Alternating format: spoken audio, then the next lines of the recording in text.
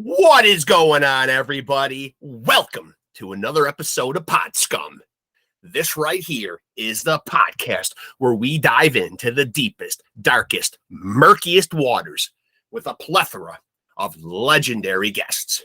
I am, of course, your host, your bastard of ceremonies, the numero uno scumbag, Rex Ruger. That's Rex with 1, 2, 3 X's.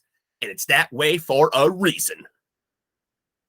You might also know me as AKA the King of Sleaze, AKA the Hair Metal High Priest, and most importantly, AKA Diamond David Lee Roth Jr. There he is right there. That's my pops, and it's undeniable. But we are almost at the finish line with conclusive DNA evidence that will prove it once and for all. It was just on the horn with the lawyers, and things are rolling. The wheels of justice are spinning. But we already know, just by looking at this face, that I am the son of glam, the front man for the band. Just smoked a few grams. I got a million fans. I'm your ice cream man. Mr. Wop Bop Loo Bop Wop Bam Bam Shazam. Hot damn. Feeling good. And most importantly, looking good. And that's all made possible by a little product that I like to call hairspray. But fuck it. Where would we be without it? Our ozone would be a lot healthier, but would we look this good? Come on. That's what really matters.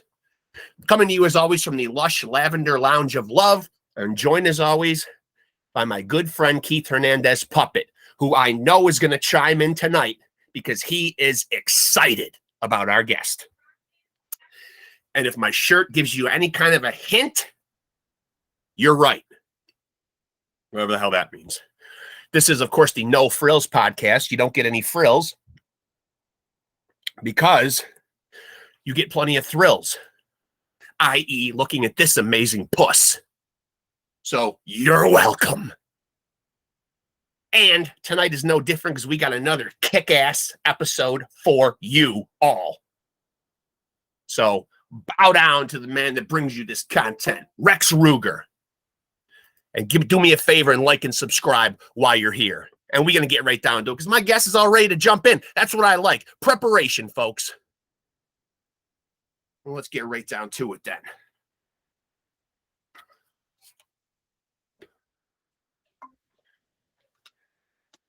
KRAGEN, there he is. Look at that.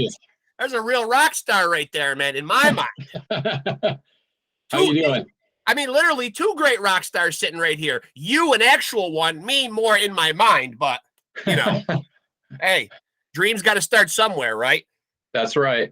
KRAGEN LUM from, well, you bounced around to a lot of projects. I think most people would know you as the guitar player for HEATHEN, Prototype, PSYCHOSIS, touring with Exodus. I'm sporting my shirt in honor of that today, man. Nice. But I'm really curious, jumping right in to 2020's Empire of the Blind, which is a fucking banger of a fucking album. But I'm curious, though, about your creative process, because you wrote all the songs on that album. Yeah. When you sit down to create... Yeah. When you sit down to create, do you have a specific process? I mean, like an ambiance or a room in the house or some kind of a mindset that you got to get yourself into to create? Or could the ideas just come flying at you throughout the course of the day? Yeah, I mean, it depends. So for Empire of the Blind, a lot of those songs were actually, I did like instrumental demos as far back as 2012. Okay. So they had a lot of time to marinate, for better lack of a better word.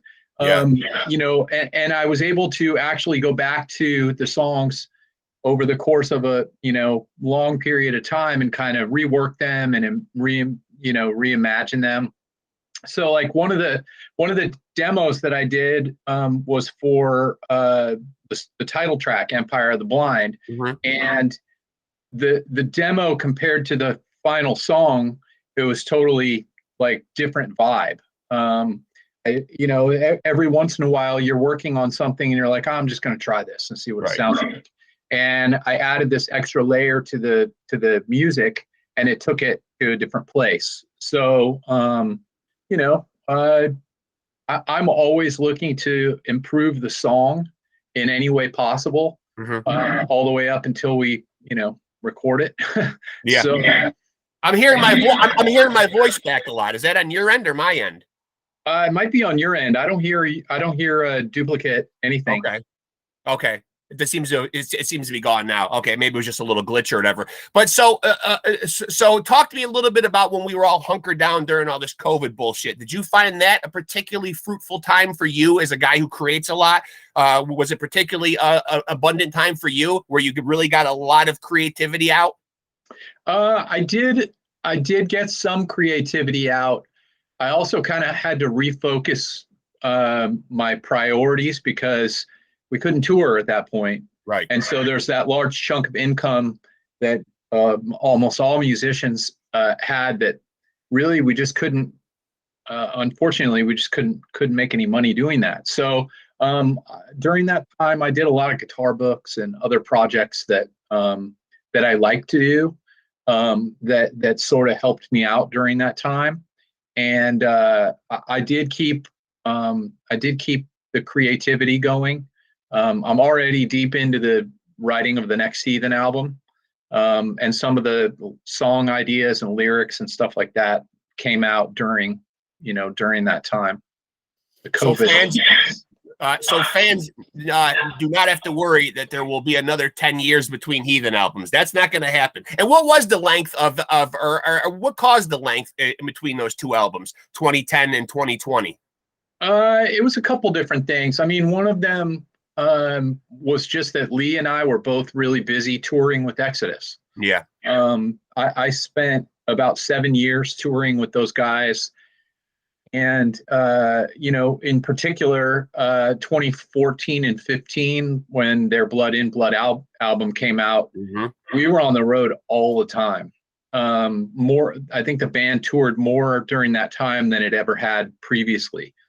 So, coming home in between tours, would try and do a little bit of work. But, it's hard. You want to kind of recover and get ready for the next one or whatever the case is, spend time with family.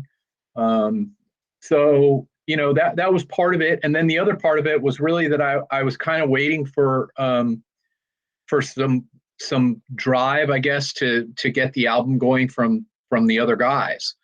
And at some point, when there wasn't much coming from them, I just decided, well, I think I'm just going to try and make a whole record's worth of songs, and we'll see what happens. And had lots of talks with Dave and Lee, and we finally just agreed to go ahead and make a record because it had just been too long, and the timing was there. I was finishing my obligations with Exodus. I had more time available to focus on it, and I felt like we needed to get it done before too much more time passed. So we're definitely making a concerted effort going forward to try and do more, release more albums and other stuff more frequently. Yeah. Unfortunately, this band does not have a prolific history in terms of releasing music. Yeah. We've had these long delays, and it's you can't always control it, and other times you can. So we're just going to keep the ball rolling. We had a lot of success with Empire of the Blind. It was well received, and we've had some great tours. We toured all over the world this year, I guess last year now. When you sit down to write, is there something specific that gives you the impetus to write these songs? Like, meaning, like, where do you get a lot of your creative spark from? Are you somebody that keeps a keen eye on the news or books or films? You know what I mean? Like, where does a lot of the spark come? Like, you see something or you hear something that you kind of, turn into a song. What kind of sources do you use, I should say, for creative purposes? Yeah, I mean, a lot of it, a lot of the music that we write is rooted in the old way of doing things. And what I mean by that is songs from, let's say, the 80s were more song oriented. Even the thrash bands, they had songs. They were catchy. They were memorable. That's one of the reasons why we liked them. Of course, there were a lot of underground bands, you know, that I loved also that didn't have catchy stuff. They were just awesome. But one of the things that we really like is to try and make the songs each have their own like sort of feel or vibe or whatever you want to call it on the album, and not repeat ourselves. And that's the tough thing. Unfortunately, what I'm seeing or hearing from a lot of the like original thrash bands is they're kind of just repeating themselves. And it's the fans that they think the fans want them to just keep making the same kind of stuff all the time. But ultimately you're just pleasing your core audience, and you're not really, you know, trying to go big. You know, and that's okay. It's a way for a lot of bands to keep going and keep making music and keep their fans happy. I think we have a little more of like I don't know, this sounds kind of pompous if I put it this way, and it's not meant to be that way, but a little more artistic in terms of how we put the songs together. I wanted to have a vibe. I wanted to have a feel. I wanted to sound different than anything that's been done before. If you look at, like, let's say you compare Breaking the Silence to Victims of Deception, it's almost like two different bands. They're totally different sounding records. The first one's kind of this more, I don't know, like early speed metal kind of vibe. And then Victims is like Injustice for All worship, you know? And Evolution then didn't sound like either one of those records. And Empire of the Blind doesn't sound like any of the records. So I think our goal really is to make something that sounds different every time, and it keeps us and it hopefully, you know, the fans like each one for what it means to them, or you know, or how they hear it. You know, we don't want to repeat history. If people listen to Goblin's Blade, they have it. We don't need to make another one. So with that being said, when you guys release music, you know, and I'm going to be 50 years old here in a couple weeks, so I very much have an old school mentality about this kind of stuff, whereas in I like a full, you know, a physical product. I like an LP. I'm still kind of old school, where like I like listening to an album, you know, the way it was designed to be listened to. But obviously, opinions vary in today's music business, where people are dropping singles. They're going the EP route. Do you feel like going forward that Heathen is going to be a band that's going to continue to release full-length albums? Yeah, I mean, I think we'll release full-length albums. I think we might do any number of the other things, EPs, singles. I don't think that's one thing that we definitely don't, we don't put any rules around what we do. There are too many rules already. And thrash metal was never supposed to have rules. It was all about breaking the rules. So we don't adhere to those thrash metal rules. We just do what we want and what sounds good to us. And we'll take that same approach with, you know, how we release music. I work for Nuclear Blast, so I know how the music industry works now. And I know that bands are trying all different types of things to see what gets them more traction. You know, I don't think there's any wrong way or right way to do things. I think it probably wouldn't work in this age for us just to come out with the whole album without, you know, singles and promotion and all the stuff that needs to be done. It's really not that, the industry is really not that much different than it used to be. In the 80s and even the 70s, bands would release albums every 6 months. And really what it was is they always wanted to have something new out. Okay. So in the modern industry, it's the same thing. It's all about content is what everybody's calling it. But it's the same thing. And so there's some incentive for bands to release product more regularly. Right. If you release an album every 5 years or 10 years, you won't have the same level of success that you will for just, releasing one every year or two. And Right. that's the same philosophy that we grew up with in the 80s, where bands were putting out an album every year, 2 years, year and a half, whatever. The thing is, you have to be consistent and you have to have the high quality level and, all of that stuff. So yeah, consistency has never been a thing for Heathen. So we're going to try that yeah. and see how it works out for us.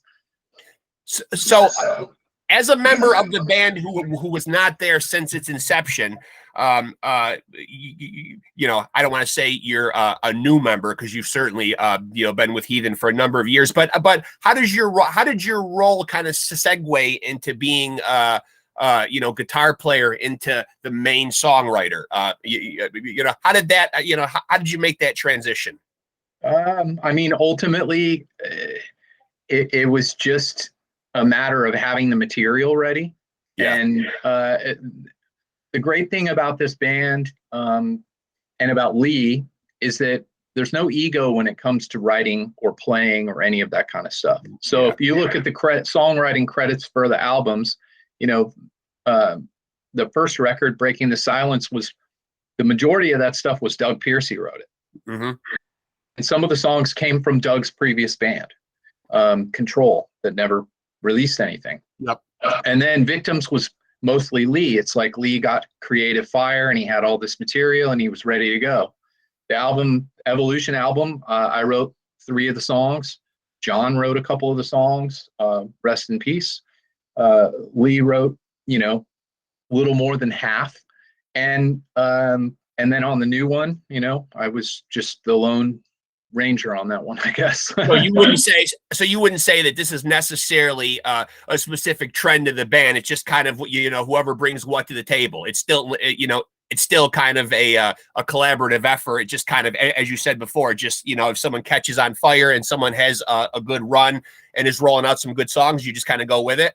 Yeah, and it's the same thing in the studio. So I'll give you an example. So we were recording the song "The Blight," mm-hmm. And Lee made a comment. He said, "I think there are too many words in the verses. Do a rhythm like this." Yeah. And he just hummed it. And I said, okay. And I rewrote the lyrics real quick and we had David do it. And it was way better. I don't care. Yeah. He had the idea and it was a good idea. There's lots of stuff like that we try to be open to ideas. Right. And I think that's the way that bands should be. It's not, this band is not the same as, let's say, a Megadeth, where there's Dave Mustaine writes all the material and it's because he wants to do it. And it's, it's just open. So for the next record, most of the songs were co-written between me and our bass player, Jason. Mm-hmm. A lot of the lyrics, I wrote a lot of the lyrics. There were a couple where Jason helped out. There were a few where Dave helped out and kind of collaborated. And I think that's ultimately the way, the best way to make the best product. We're just trying to make the songs the best that they can be. And, if somebody has a good idea, throw it in there. That's what it's all about. Yeah. Yeah. So talk to me a little bit about these, the guitar books that you spoke about. Is that, where does that stem from? I'm imagining that you're talking about like you're putting guitar songs into tab form. Yeah. So I went to college at UCLA. I studied the music there. I also went to a jazz music school for a little while. And I have all this education of how to, how notation is supposed to be and everything. And I was like, I just decided to try it out with the prototype stuff. And I transcribed a bunch of the songs and made a book out of it. And from there, I just decided to try doing some other ones. I did. Is this just metal material, or could this be any artist of any genre? When I release stuff, I like it to probably be in the metal genre. Sure. There's sort of a niche market there. I'm trying to hit metal guitar players and guitar players that like either progressive kind of stuff or thrash metal stuff. Right. And I've done a number of the books. I got a couple of things in the work. I have like a Heathen anthology that's in the works. Awesome. That I'm about 60% done with that. I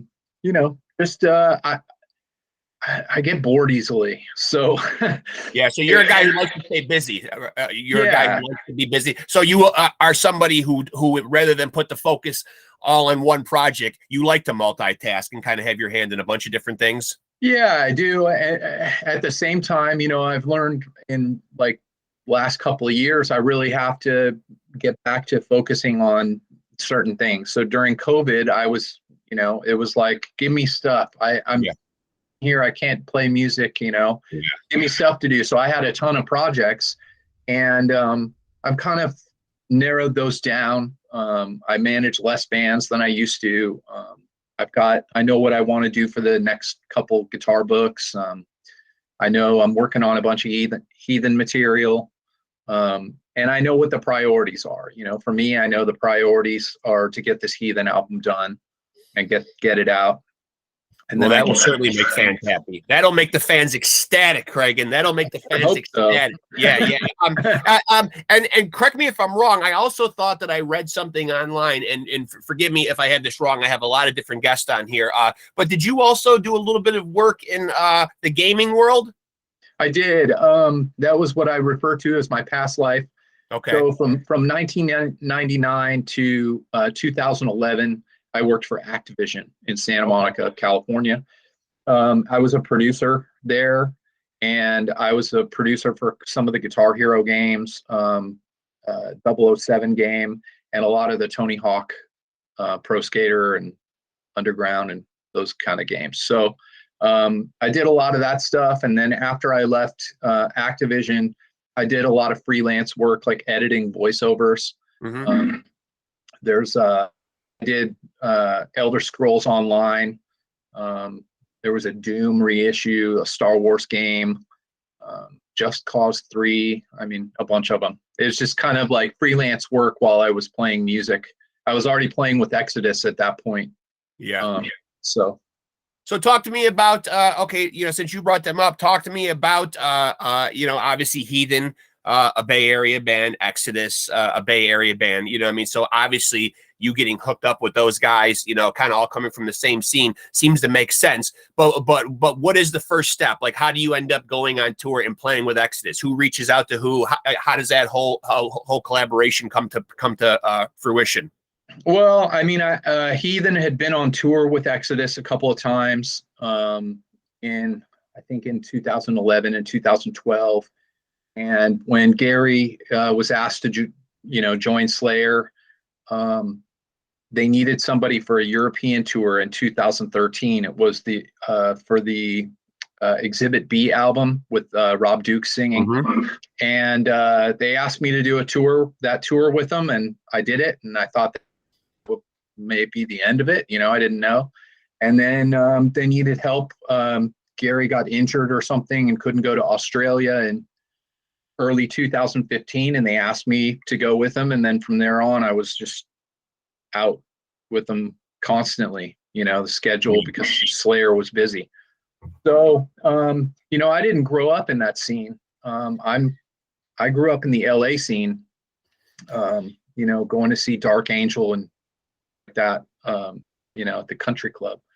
So I didn't meet these guys until I didn't meet any of them until we actually auditioned Dave to sing for Prototype. Okay.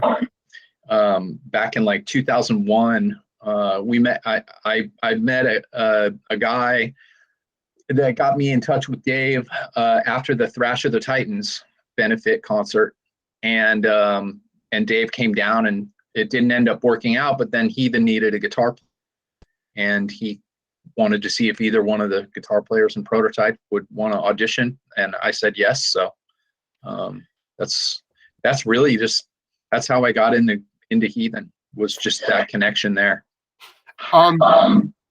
Talk to me a little bit about, and I hate to ask the dreaded, influence question. So, I try to word it a little differently. But who are some, who are some guitar players? You being a guitar player yourself, who are some guys who just really, get your attention? Like, just guys who's playing that you love. I think in my early years of playing, Randy Rhoads was always one of my heroes. Sure. I loved the way that he constructed his guitar solos. He did some improvisation, like he would change things live sometimes. Yeah. But the solos were more or less written. They were part of the song, and you can't really hear those songs without those solos. Agreed. And to this day, that's still how I write my solos. I want them to be part of the song. I try to reproduce them the same way live, So he was a big influence. I would say James Hetfield, obviously, for like rhythm guitar stuff. And Marty Friedman, Chris Poland. Man, a lot of legends. There's so many. I mean, even stuff like Yngwie. I don't play like that, but I mean, when Yngwie came out in what was it, 83 or whatever, the first album came out. Minds. That changed guitar playing forever. Sure. I think that even though he's not really looked at as kind of I don't know, he's never held up there in the same regard as like Hendrix or Van Halen or anything like that, because he's kind of pompous and he never had a song on the radio. Yeah. But he changed guitar probably more than anyone, in my personal opinion. Yeah. For many, many years. And that use of classical music in the solos is what he brought to. I mean, it was Randy Rhoads and even Van Halen had put a little bit of it in there, but Yngwie went full on, basically playing violin solos. Yeah. No. Yeah. So, I mean, all kinds of guitar players. I listen to all kinds of stuff, even like Alan Holdsworth. Yeah. There are so many great ones. Warren DeMartini and George Lynch. Growing up in LA and actually getting to see those bands in their early years, watching those guitar players. I mean, that whole area was the birth of shred, kind of. I'm actually glad you brought those names up too, because I think sometimes, because the 80s and, for lack of a better term, and I know they probably hate the term, but a lot of those hair metal bands from back in that era, I think they got a lot of flack for being a lot more, style over substance. But there was a lot of guys, and you mentioned Warren DeMartini, there was a lot of guys back then that really, really were virtuosos on their instruments that don't get a lot of credit because of, the era that they played in. Yeah, I mean, I think what happened is at some point, like those two bands, for example, they were just hard rock bands, and or you call them hard rock or like early metal or whatever you want to call them. But somewhere along the way, somebody said, "Hey, you guys should put this dress like this or whatever," right? And they sort of got lumped in with all the hair metal bands. Yeah. Really, I mean, in their early days, they really weren't. They were just really good rock bands. And both George Lynch and Warren DeMartini and Jakey Lee, who came from that scene, all killer players. And the stuff that they were playing,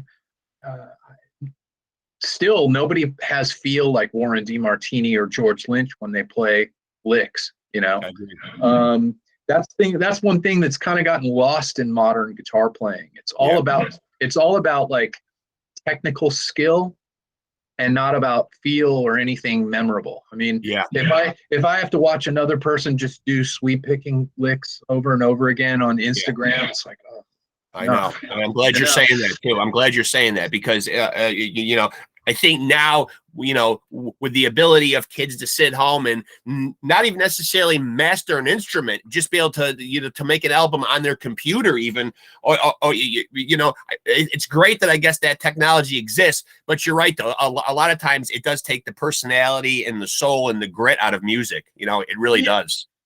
You just have to find a balance. I mean, the modern recording is, it's amazing. I mean, for me to be able to sit and record here at home is fantastic. I recorded all of the guitar tracks for Empire of the Blind in this chair. Yep. Here. Pretty wild. And recorded myself and, edited what I needed to. And, it's a beautiful thing. My favorite part of it is being able to go back to the songs and rework things. Sure. And it's kind of more of a laboratory. You aren't restricted by, in terms of like, we got to get out of here because we only have this much studio time left. Right. We only paid this much. Right. Yeah. I mean, the hardest part of the process now is like, okay, when do I stop? Right. I can keep going on this, Yeah. Do you find yourself that way though, because you're somebody that's so prolific and so creative? Do you find yourself sometimes, as you said, sitting there creating and saying, Jesus Christ, I've been at this a long time? Or is there that danger now because it's so easy that you can become a bit of a workaholic? Yeah, I mean, you could say that. Having that finite amount of time being in it, let's say when you have a budget and we had to go to like a old studio where we were paying to be there and all this, having that finite amount of time forces you to get it done. Right. The results vary, and it depends on your preparation, like how prepared you were to record stuff. Right. It depends on writing and creativity in the studio, if you have time for that stuff. I could tinker with some of these songs for a long time. I've gotten to the point where I think I know when they're done. Right. There are some songs where if I listen back to the demo or the way I do it is I record the final guitar tracks with programmed drums, and I sing and everything and demo it myself with the demo, all the other instruments. Right. And if I listen back and I'm like, that's it, or it gives me chills or whatever it might be, then I know it's done. Not all songs do that, because not all songs are equal. You're not, when I heard the title track of Empire of the Blind, that there's something special about that wasn't on the other tracks on the song, on the album, for example. So, I want them all to have that, and I work to get them all there and have magic moments wherever possible. But, But when you say that though, can you also be guilty sometimes because you're not paying for studio time? Do you ever find yourself where like you almost have to kind of like rein yourself in because you're shooting for something, and an ideal sound, or you know what I mean, like what you have envisioned in your mind as perfection when it comes to the song being done, to the point where sometimes you almost drive yourself fucking nuts sitting there saying, nope, it's not quite right. It's not quite right. Do you find yourself going back and tweaking a lot, or are you somebody that can just say, okay, that's done, we're putting it to bed? Yeah, I mean, generally, once I get the arrangement how I think it would be, to me, it's more about making the parts all the best that they can be. Right. I did put a lot of pressure on myself for Empire. I knew that since I was writing all of it, that it would probably be a little bit more under a microscope by the fans. Right. I wanted it all to be perfect. But I mean, we just do our best with this stuff and make it as good as we can. And ultimately, if we're happy with it, that's the most important thing. Sure. We want fans to like it. Don't get me wrong, but there are some fans that only want us to, play an E and play songs that are like from Breaking the Silence. And that's just not, I mean, nobody writes like that anymore. That's not how any of us would write. So it's just, you just growth and maturity and whatever, you try different things and your influences always come through, but are you the kind of guy, Are you or any of the guys in the band the kind of guys who you know, who go and like, you know, obviously you're always going to get pushback. Obviously you can make a claim that every album that anybody puts out can be polarizing as far as, like you say, fans want to hear a certain sound. Fans want a carbon copy of the album that they love the most. Do you ever find yourself going on and reading reviews, or like when you put a video up on YouTube, going in the comment section and see what kind of feedback you're getting back from the fans? Or do you kind of have to decompartmentalize and say, I can't look at that because there's going to be naysayers on there no matter what? Yeah, I mean that's tough. I mean, it's hard. When you make an album, you know, like when we finished Empire, I was like, this is my baby, you know, and I did care what people thought of it. Wow. At the same time, you know, you have to, at some point, you have to not take it personally. People have an image in their mind of how other people and bands and anything should be, right? And it just might not line up with your vision of it, and that's okay. You know, there are other, if somebody listens to the new Heathen and they decide that they don't like it for some reason, that's okay. I mean, it's not necessarily for everyone. We know we can't please everyone, right? The old school guys want us to just, you know, have a full set of Victims of Deception songs, right. And if we did that, we would play for like 3 hours. Because the songs are all so long. right. You know, so it's like those were the days. We have to find a balance. Yeah. It's like we want to put some of that stuff in, and even some of that on the album. You know, there might be a thing that the band did on a certain song that we want to try and pull in, or whatever. You know, just whether it's a technique or sound or whatever. We try to do that as much as we can, while still keeping everything fresh and original. One thing that I find, though, that has to be kind of, disheartening as a musician.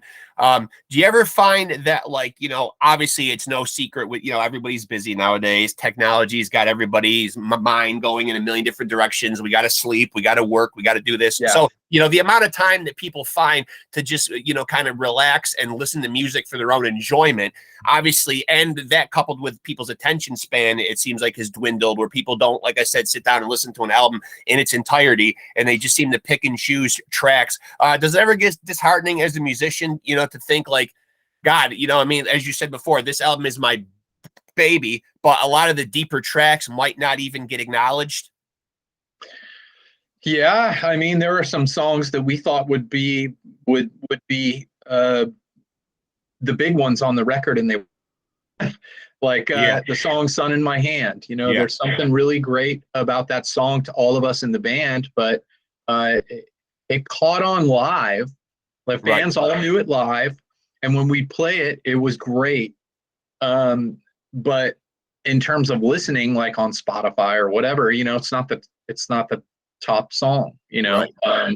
Well, that question popped in my head because you were mentioning, you know, 6-7 minute songs. Yeah, and I sure. thought, Jesus, I don't even know if someone can get through a 3-minute song nowadays, much less a 7-minute song. And I harken back to those days when Metallica was writing, you know, 7.5-minute songs on their albums, and people were listening to them all, you know? Yeah. Well, I mean, you know, I think that music, I think that those longer songs and music like that still has a place. Obviously, you know, there are those of us that listened to that stuff and loved it. It is harder these days when people have the entire music catalog of the world in their fingertips. Crazy. And they have the ability just to listen to 2 seconds and go skip.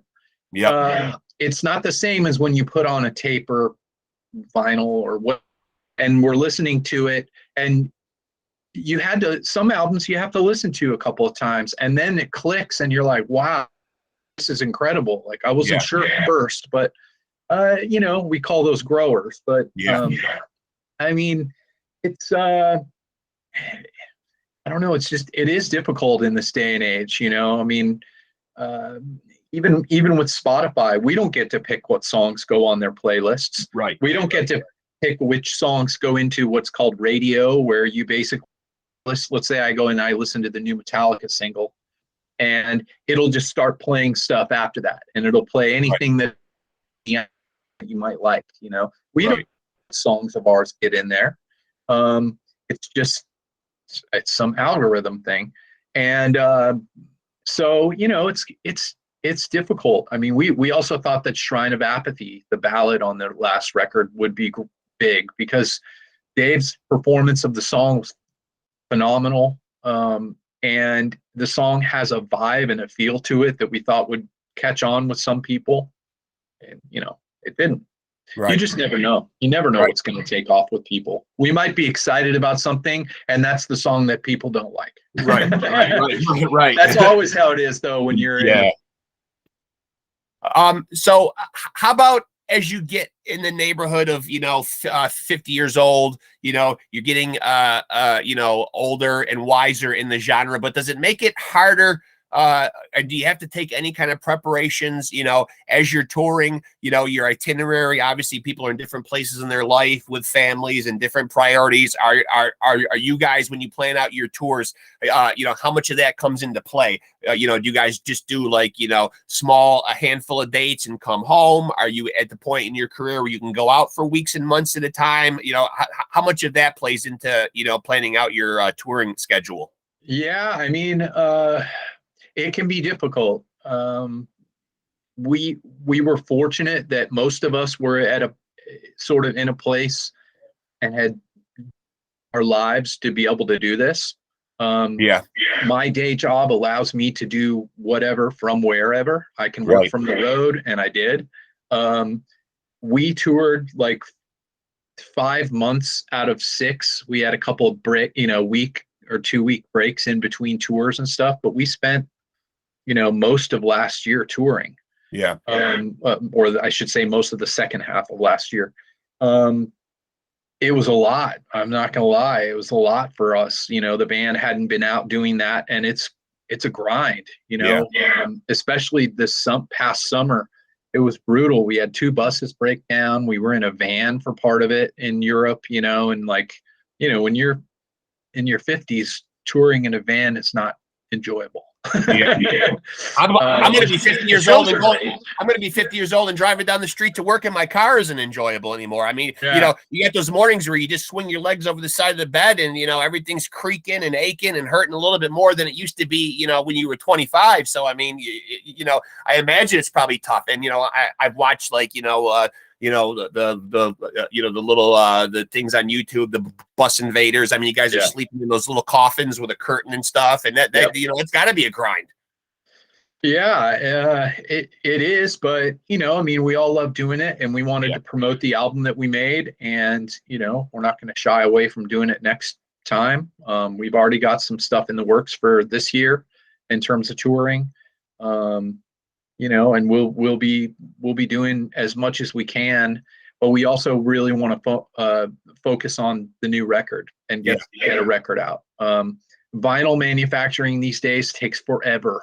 So if you want your vinyl to come out at the same time as everything else, the album has to be done, and then you wait 6 months, or longer. So if fans don't really understand all of that stuff, but then everybody's chirping at you about where their pre-order is. yeah. I mean, or you see things all the time where the vinyl gets delayed or something else, and it's like, we have to think about the sort of modern business strategy of doing it. We want the vinyl to come out with everything else because that's when people will buy it. You wait another 3 months after the album is already out digitally, less people will be interested in getting the vinyl because the attention span these days is so short. You're not that kidding. They've already moved on to the next thing, by that point. So it's tough trying to navigate in this industry, and I'm doing everything I can to get the band to be more prolific over the next few years. We've got this. I've got all the songs for the next album are done. Many of them already have the guitar tracks final. It's just a matter of kind of fine tuning everything and tweaking so that we can get the rest of the recording done. And then I already have another set of songs for the next 2. So, and we've got other projects that we want to do in between, little things that I think the band has wanted to do for a while. Yeah. And I think it'd be cool. So we're just going to try and do as much stuff as we can over the next few years until we're all old men. Yeah. Well, it's funny that you say that, though. Are you somebody in your mind who's put like a stop date on a musical career? Whereas, I mean, like I talked to some guys on here who say, "Geez, I don't want to be in my 70s and still up on a stage doing this," or is it just kind of a wait and see approach? You know, I mean, I'll take it like year by year. You know, I mean, or are you somebody that's got a definitive idea in your mind of like, okay, I don't still want to be in any part of the business, maybe still recording but not touring, or have you thought about any of that? Yeah, I mean, we thought about that. We talk about it. I mean, ultimately, what we want to do is we have sort of a 5-year plan that we want to stick to in terms of getting albums and stuff out. Right. And then we'll take it from there. It's not, there's no definitive, like, we're going to stop when we're this old or whatever. It depends on how do we feel? How is the band doing? Like, is the reception good? Right. You know, a lot of bands keep grinding and grinding and grinding. And if there isn't that reception, then it's easier for them to say, well, I guess nobody cares, so we'll just go away. For us, it's really, we want to do it. So we want to do this as long as we can. And we don't put any limitations on it. I think that at some point, for me personally, I'll always want to record music. Sure.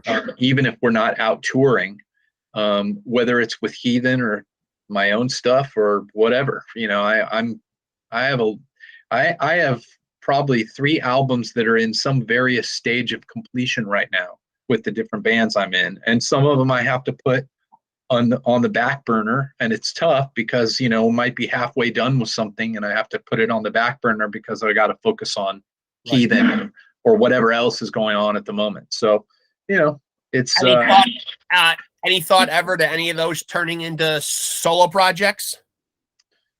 Or do you like a band atmosphere and kind of work it? Well, obviously it would be a band or whatever, but anything that you ever thought of specifically just putting your name on it? Yeah, I mean, I've thought about it. I think it would be cool to do like instrumental stuff. Yeah. When I was working on the song "A Fine Red Mist" that was on Empire of the Blind, I love that. I love writing that stuff. It's like the way I'd like to do instrumentals. It's more like a old Metallica instrumental where it had a vibe to it, and it's not just a bunch of mindless notes all over the place. Right. That I love that stuff too, but it's not what I really want to do. But yeah, I thought about it. I have another instrumental song that's like I have written. It'll be a Heathen thing or something later, or, you know, it really just depends. A lot of it depends on how much do we have, you know, how much music do we have? Right. Like we had more than enough for Empire, and that idea just came to me. It was actually the last song written for it, and I just came up with this riff, and I'm like, I'm gonna try and record this and turn it into something, and then it just took off, you know. Like it was a creative wildfire that just went out of control. Those are nice to get once in a while, though, right? Yeah, I wish they were all like that. Yeah. As somebody though who has done work at a label, obviously, you know, we talked about, you know, you guys, Metallica, Exodus. You know, there's always been a great thrash scene, and still a lot of those stalwarts of the industry are still out there doing their thing and doing it almost, you know, better than they've ever done it.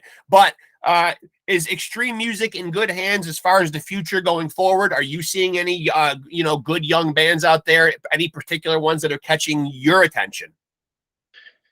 Yeah, I mean, there are lots of good bands. I think the hardest part about music these days with new artists is finding them. Yeah. Because people can record music at home and because they can release it themselves, there's much more music available now than there ever was when we were kids. Yeah. And it's harder to pare down and find the new bands that are good.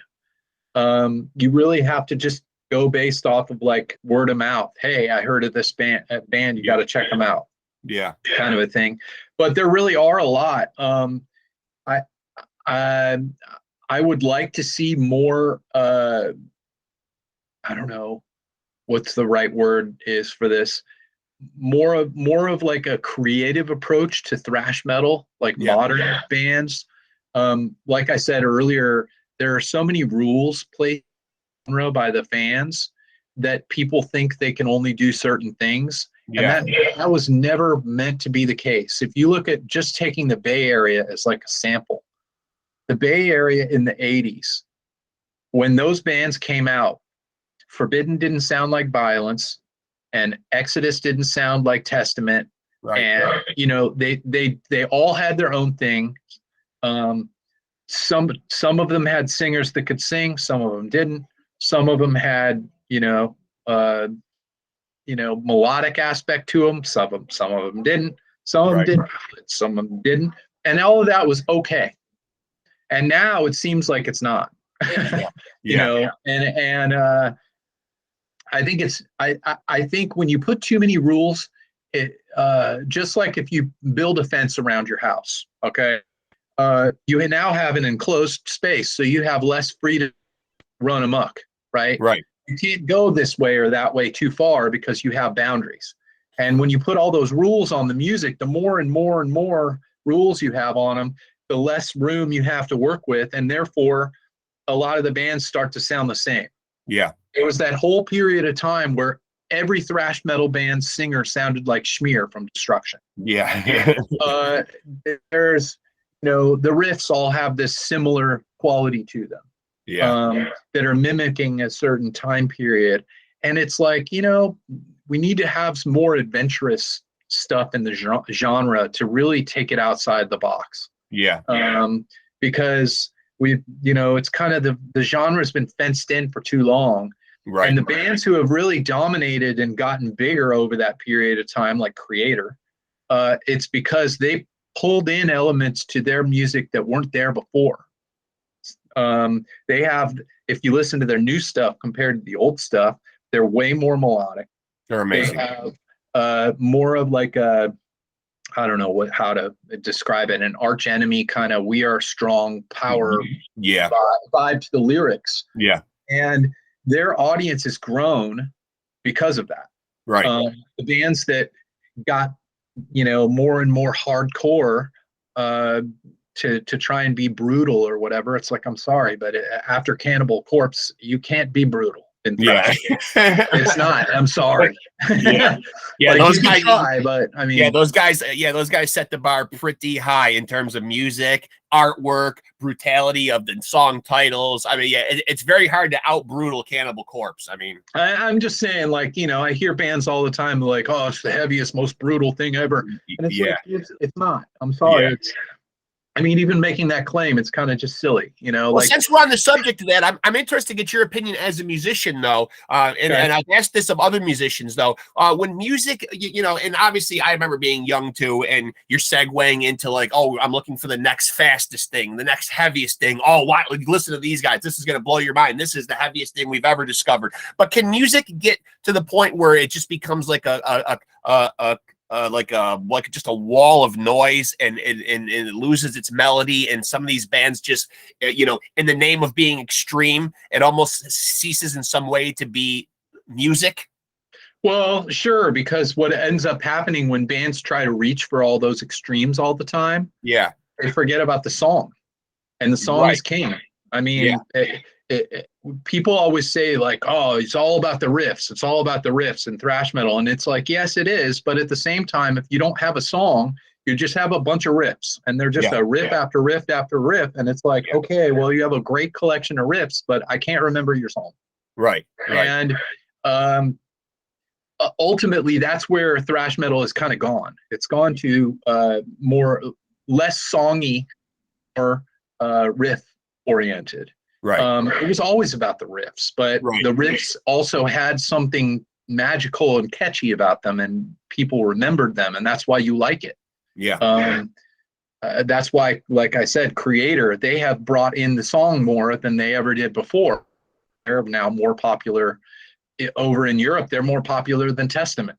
They're huge. So, I mean, a lot of that is just, it's about, I think it'd be great for bands to get back to song, because ultimately at the end of the day, when people of our age go and listen to music, they want to hear good songs because that's what they used to hear. Yeah.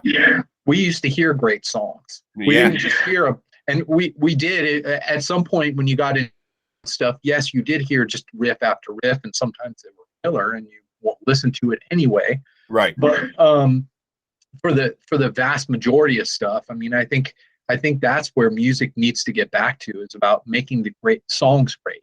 That's what I focus on. I want the riffs to be killer. Don't get me wrong. Some of the riffs on the new record are fucking awesome. But but it's got to be part of the song. There's got to be a song there. You know, that's the hard part. The hard part about this music, and the reason why there are so few melodic singers in it, is because it's hard to write melodies over some of these riffs. Right. And so when you start to put like when the songs get faster and the riffs get more technical, you know, gets harder to put vocals over it. And some people just give up and they're like, well, we'll just scream. Or we'll just whatever, you know. You know, and that's okay. I mean, I love Obituary, you know, like John Hardy's voice is magic. It doesn't. He could ask me what I wanted for dinner in that voice, and I would be like, "I want steak." You know, those bands, even the death metal bands, their vocalists had their own thing. They didn't all sound the same. Those Obituary, nobody sounds like Obituary. Obituary maybe sounds a little bit like Old Celtic Frost, but nobody sounds like Obituary. So, I think that uniqueness is what's important. We're fortunate that we have a singer like Dave. We're fortunate that we have Buddy involved, and it's always been part of the songs. And I think that's really what we want to put together. It's like, it's the thrash and the melody and the, you know, Dave singing and whatever we had two of the fastest songs that Heathen's ever done on the last record, and on the next one I have one that's faster. You know, so pushing the envelope. It's faster, but it's also more melodic. So it's like, I'm not going to try to reach for the brutal or fastest or whatever. That's not necessarily the point. It's more about the song and what it deserved, right, and the vibe of it. You don't want to sacrifice. You don't want to sacrifice the melody in the name of reaching for that brutality. Exactly. If at some point the song goes away because it's too fast, then we'll slow it down. It's got is the priority.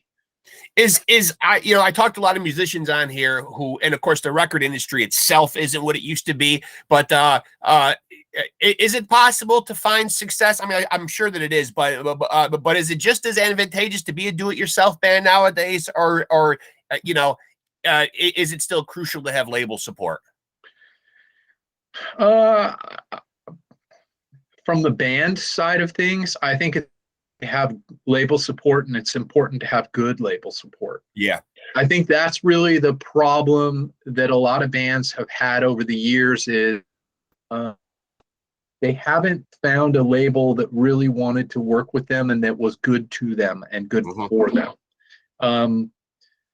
I can say as an artist and outside of being an employee, Nuclear Blast is a great label to be on. They care about their artists. They work hard for them, and they do a great job with everything related to the release and promotion of an album. There are plenty of other labels that I'm sure do a great job also.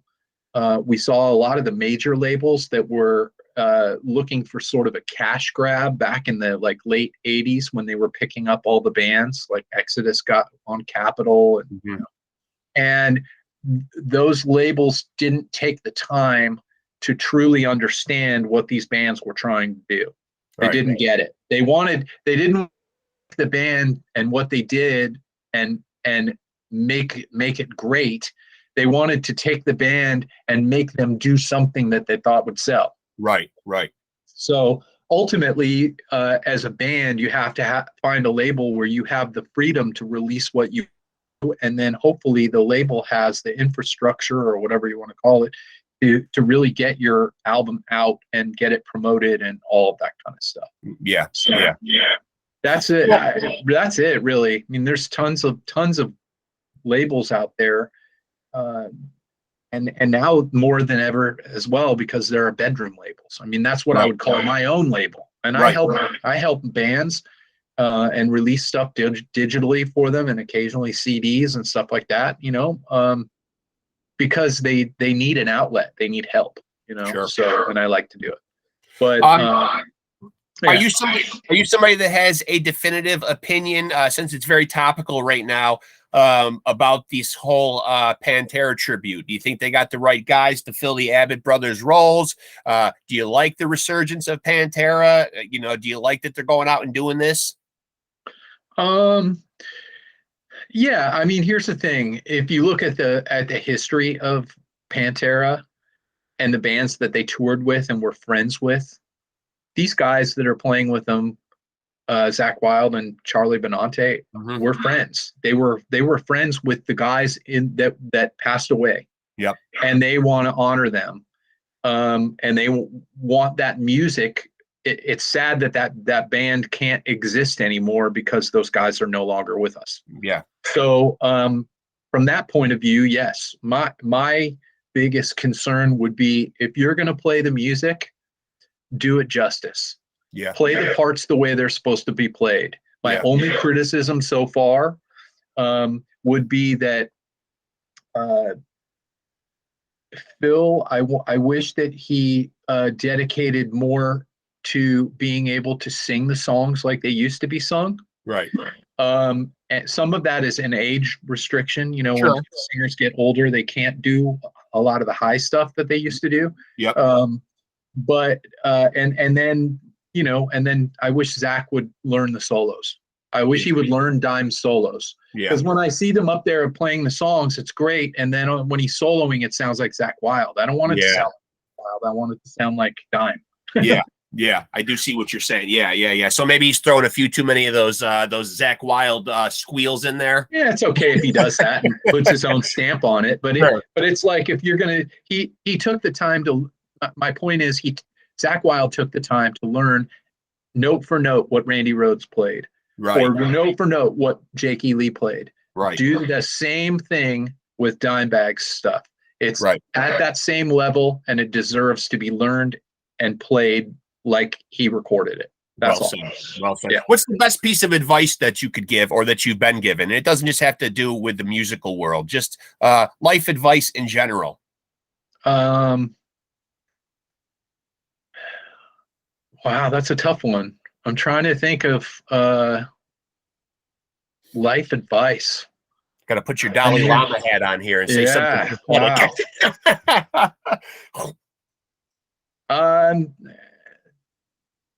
I don't know. I mean, for me personally, I don't know if anybody if anybody even said this to me or not, but for me, find what you love doing and do it. Yeah.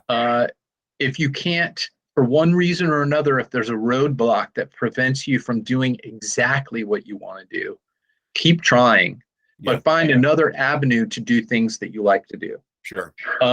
I didn't know that I liked to be a project manager or producer until I worked for Activision. I like the organization of it. My mind works like that. Yep. So during that time period where that in Heathen or anything else, I was doing the prototype stuff, but I needed a good job, and that was a great job for me.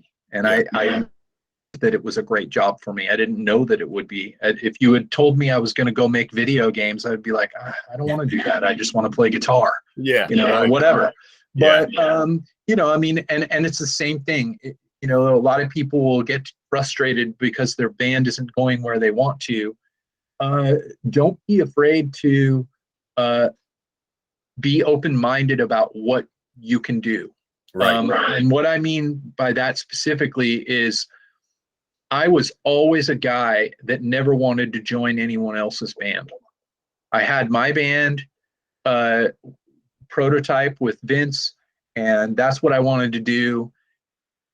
I could have auditioned for other bands, and I just didn't. And it wasn't until I got the audition for Heathen where I was like, okay, I'm just going to try it. Right. It's, try it and see. And it turned out where it worked out pretty well. Yeah, I'd say so. Open for opportunities that come your way like that. And, sometimes it's not what you envisioned, but it ends up being the best thing for you. And it wasn't always going to be music for you ever since you were young? Or did you ever entertain doing anything else? And, do you remember what age music really got its hooks in you and you made a definitive decision this is what you were going to do? I can remember the exact moment. Actually, I was 15, taking guitar lessons. I took a cassette tape of a song that I wanted to learn to my guitar teacher. Okay. And while he was trying to figure it out, I figured it out. And then I went home and I played along with the tape. And I was like, this is what I want to do. It was Wasp. I Want to Be Somebody. Okay. I was just going to ask you what the song was. Yep. Yeah. And I liked the Yeah. Thrash metal really wasn't a big thing yet at that point. Right. So it was all since that point. I mean, when I was in high school, I started Psychosis. I was playing shows when I was 17. Yeah. I was booking shows when I was that old, and it was always what I wanted to do. I told my parents I'm not going to college unless I get into UCLA, thinking I'm never going to get in there. And then I got in there and I had to go. But it was really just about, I didn't want to stop doing the music, and I didn't. I continued playing all through college and never, made music because I love doing it. It's never stopped me that we didn't really ever have a deal for Prototype, a record deal. It wasn't until like 2006 that we had anything, and that band started 12 years before that. So, it was, we didn't care. We're just, I've always kind of had that, like, I don't know what you call it, like entrepreneurial mindset of just like, I'm going to do it myself. Yeah. I'm going to figure it out. We recorded the album ourselves in our rehearsal studio, and we're going to put it out ourselves. I'm going to contact this artist guy, Travis Smith, who was not known at that point, and get him to do our album cover. And now, thankfully he's known. He's great. But that kind of thing. I just love doing that. And so, if for some reason the labels didn't want to release what I was making, I would just do it anyway because I love it. I would have to refocus my priorities in terms, making a living maybe, but I can't imagine not making music. Right. So I would be remiss if I didn't ask, and I'd probably hear about it down in the comment section. Do we have any kind of a target date, even ballpark, of when we will see new Heathen music? Will it be this year? Maybe by the end of the year, you'll hear a song or two. Okay. I don't know about the album coming out. It just depends on when we're able to finish the writing process, get into the studio, and then however long it takes to make vinyl records. We do have another project that I'm working on. Actually, I was working on right before we got in this interview. Okay. That I'm hoping would come out this year. But just taking it one step at a time. Got to make sure that everything's as high quality as we can make it. Well, I'm sure when these albums come out, that Kiss will still be on their farewell tour. So, as long as those guys can keep on going, everybody can keep on going. You know what I mean? Those guys set the bar for how to release music and market your music. I mean, it was like George Lucas with Star Wars. That's that's entrepreneurial spirit right there. I mean, those guys really branded themselves. They did, and then they made everything based on that. It's like it was the same thing with Star Wars. The first movie where suddenly there's, what do you mean there's an action figure based on whatever, I mean, and that stuff, I love that stuff. I think it's all the way up to being able to be buried in your own Kiss coffin even. Yeah, I'll probably skip that one. That's a little bit morbid even for an extreme metal guy. I mean, there you go. But listen, man, I wish you all the best, man, and I really appreciate you hopping on here and doing this with me. And hopefully we can stay in touch and we can do this again, man. I'd love to chop it up with you again sometime. Yeah, absolutely. Thank you very much for having me on. And I'm looking forward to, with bated breath, as I'm sure a lot of other people are, for new Heathen music and we will, of course, be extremely excited because you've given us a little tease. We'll be looking for this stuff now. See, once it comes up on the internet, KRAGEN, you're pigeonholed in now. Now we got to see something before the end of the year, right? Yeah. Well, we will work our hardest to get it done. So I know you guys will. I know you guys will, man. And we certainly appreciate it, man. And you know, flying the metal flag, man. Like you know, just like I said before, it's so great to see all the bands that I grew up with still out there doing it, and you know, even taking a lot of the younger bands to school. I mean, you know, I was fortunate enough a couple months ago to go down and see the Big Bay Area Strikes Back tour. This is where I procured this shirt from, and you know, you look at those bands, and it's just like, wow, man, they're up there giving any young band a run for their money, man. I mean, you know, when you see Death Angel live, when you see Testament, when you see Exodus, I mean, you know, still the same powerhouse groups that they always were. It feels like someone just put them in a time machine and just, you know, sent them back to the 80s and the 90s. I mean, they're still delivering. I mean, you know, when those guys hit the stage, I think Death Angel opened the show, and you know, they were very energetic all over the stage. But then Exodus played in the middle.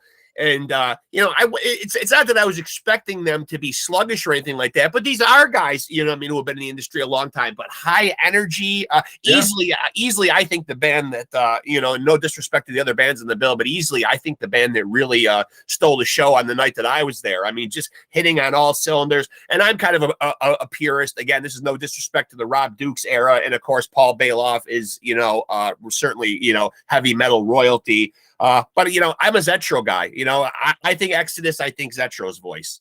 Yeah. You know, most people do. That was the people that are our age. You know, when they grew up, you heard Bailoff, but then you heard lots more albums with Zetro. Yeah, so, you did. Yeah. I'll ask you before you go. Any more plans to do anything with them? Are you just kind of there if they need your services? No, I'm not planning to do anything with them in the future. Okay. I really want to focus my time and energy on Heathen. Okay. Fair enough. I'll close the door on doing anything with Exodus in the future. They've got what they need there. Yeah. They're doing pretty good, man. They got a guy named Gary Holt that's pretty darn good himself, you know, and Exodus will be all right, man. And, looking forward to new Heathen music, brother. I thank you so much for coming on here, man. It's been a real honor talking to you, man. Thanks, man. Thanks again for having me. I appreciate it. Stay in touch, man, and we'll do it again sometime soon, man. All right. Sounds good. Thanks, KRAGEN. Appreciate it, brother. Thank you. All right. Talk to you later. Bye. Bye-bye. There he goes, folks. KRAGEN LUM. You might know him as the guitar player, songwriter, guy that does it all in a little thrash band called Heathen. I had to say it like that. Heathen. Got to get all up in your face like that. And you know him from touring with legendary metal gods, Exodus, when they needed his services. Call up KRAGEN. We need an ass-kicking guitar player. Who can we call? We'll call KRAGEN. Not a bad choice. But you heard, we will be waiting with bated breath for new fucking Heathen music. The last one we got was 2020's Empire of the Blind, which is a slice of fucking metal heaven. If you haven't listened to it, go give yourself a good fucking ass kicking and then go to your nearest platform, because shame on you for not having heard it. But anyway, man, I'm getting myself all worked up. That's what the metal does to me. But I want to thank KRAGEN LUM for coming on here, man. Awesome guy, awesome guitar player, and wish him all the best. Go check out everything he does. Go check out Heathen, and give those guys a lot of love and a lot of support, because they are out there, man, doing their thing, keeping metal alive. Hope you guys dug that episode, and let me remind you to take it easy and keep it sleazy.